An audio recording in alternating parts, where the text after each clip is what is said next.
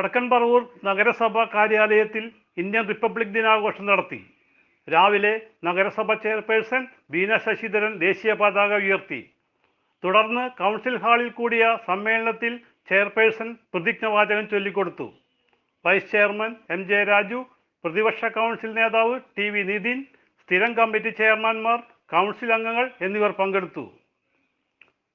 C J Joy, city voice news bureau, north Paravur.